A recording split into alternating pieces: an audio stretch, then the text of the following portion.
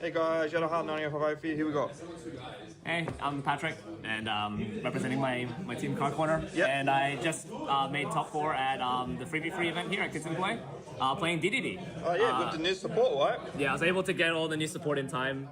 It was a bit of a panic to try to get it all because the boxes weren't in. Yeah. So I went to a different place and got it. But I was able to get all the support in, so the deck's perfectly legal. And it did really well today. Won most of the games, but had some unlucky match losses.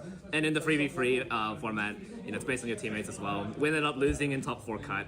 But the deck performed really well, and this is a great starter just to see what the deck does for the format, and I think it's poised pretty well. So just get right into it. I'm on the free market next, so this is the new card from Dude. It is 1 card starter, lets you place any dark contract face up to your field.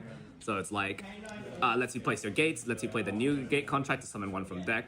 So, probably the best 1 card starter in the deck now. Paired with any other extender, this card becomes really insane. I'll talk about it later in the side deck. And the other 1 card starters, we all know and love Kepler. He's still in the deck. You still normal summon him every time to get the gate. And 2 new starters from the Battles of Legend, the Count Surveyor. You have to discard a DD to special this, but it searches any monster, any DD monster with 0 attack or defense. So you can actually use it to search Kepler, or you can use it to search Machinax, which has got 0 defense. And there's also a couple other extenders that have this stat line as well. So you're playing 3, 6, 7, 8 starters, including the free gate for Kepler. So you're looking at this mini starters. You could play more, like you could play an extra one of this, and you could also play something like Small World. But I just kept it simple. Wanted to play the maximum amount of non-engine that I could put in this deck. In terms of the extenders, we got a couple new ones, but some old ones, obviously Griffin. Griffin's the best extender. Specials from your hand. If you Pendulum summon it, it discards 1 to draw 1. Sometimes it comes up. And if you summon it from the graveyard, it searches any DD card. So you're typically like putting it under like an Xyz monster like Caesar or the new Wisdom King to put it in the graveyard and then revive it off of Genghis or something like that. Another new extender from the Battles of Legends set, Scale Surveyor. It summons from the hand if you control DD, monster card. So even you control a DD Pendulum monster, yeah. So if you have it in the scale or you have one on the field, you can special it. It can modulate itself to 4. And its other effect is really relevant sometimes. When it gets sent face up to the extra deck or to the graveyard, it bounces a DD Pendulum monster card to your hand on the field. So you can use it to put your scales back to your hand. You can use it to put back extra deck pieces back. And being a 4 and a level 2 helps for the levels specifically to overlay for the rank 4s or to synchro it for 6s with the level 4 tuners. So these are like the really good extenders. My one issue of DDD is the non-engine, the sort of garnet requirement. So there's a couple of 1-ofs that we play. These are all the 1-ofs that you don't really want to see. Land Soldier is the new one from the set. It lets you special it from the graveyard by popping a dark contract you control, and it can modulate levels equal to the number of dark contracts in your graveyard or field. So you're able to modulate like things to level 4 so that you can get better Xyz material, or you can modulate things to get better synchro. And it is the tuner. It's effectively the replacement to Lamia that we used to play, right? Necroslime for the Genghis, Copernicus to summon off of the new contract and to dump either of these 2. Orphros is the 4 tuner. You're typically using Scale Surveyor to bounce this from your scale back to your hand. So you can special it from your hand as the level 4 tuner for your synchros. And Ragnarok is like the default scale you place off of the Link 2. It lets you like extend and special from the graveyard when you special a DD. It also burns you for 1,000, which lets you trigger the Orphros in your hand to summon, which is nice. To finish up the DD stuff, we have the new Dark Contract, the Zero King.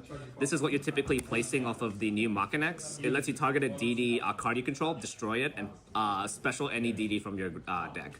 So you're typically summoning your Copernicus, or you're summoning a Kepler to get another contract, or you're just summoning like a missing piece if you activate this later. It's really good as well. It has the same Dark Contract effect, take 1,000 damage, but it's really good. And we only play 1 because we can just place it directly from deck. And last but not least, we do play the 1 Eternal Darkness. I'll be honest, this did okay today. It helps you deal with Spell Trap targeted negation. If they say leave their imperms in their hand and they open them, you can protect yourself from the imperms. It also has some unique stuff against Yummy. Unfortunately, it didn't go up against Yummy today, but it prevents them from using their materials as synchros.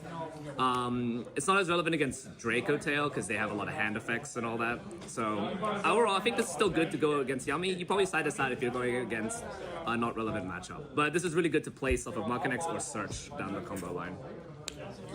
And then last but not least, just non-engine.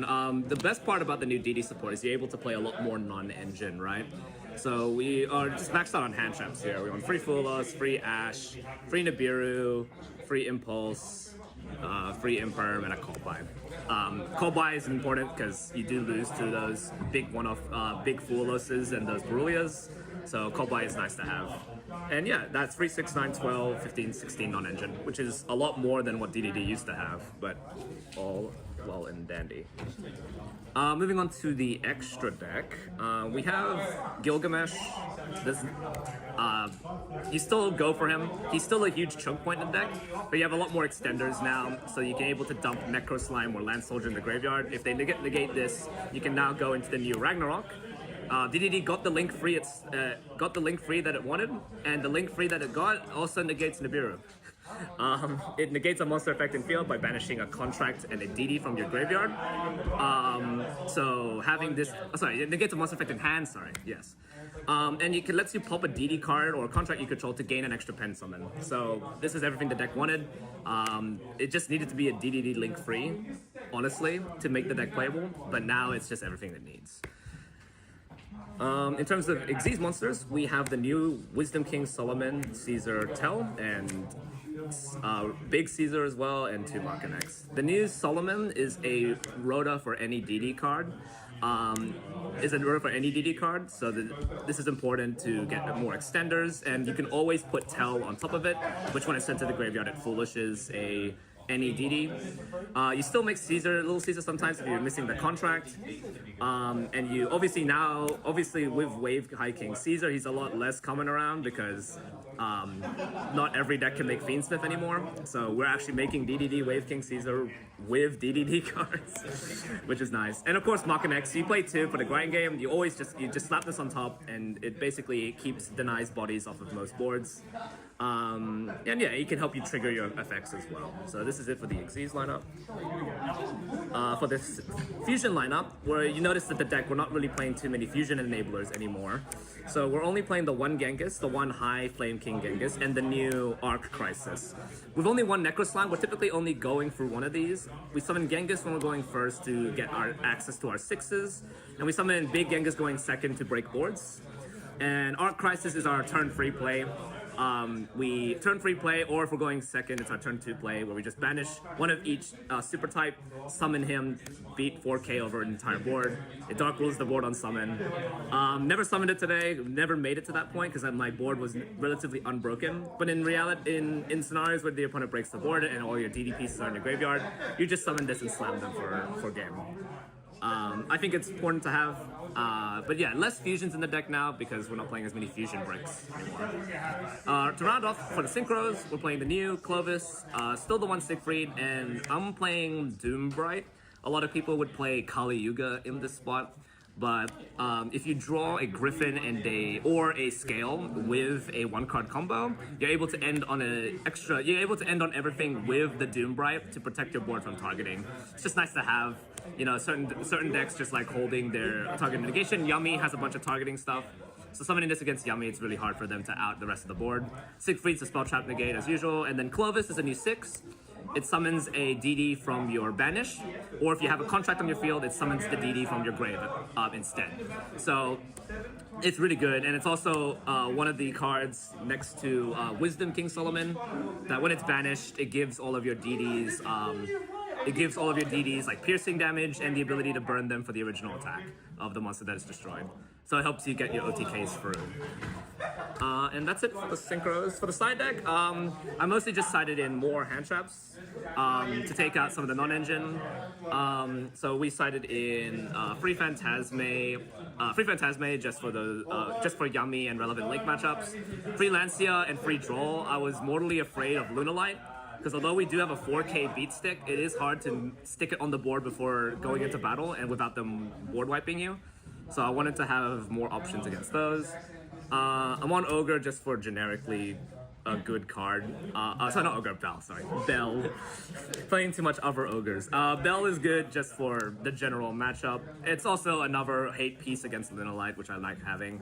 One Talents for going first, one Judgment for going first, and this card.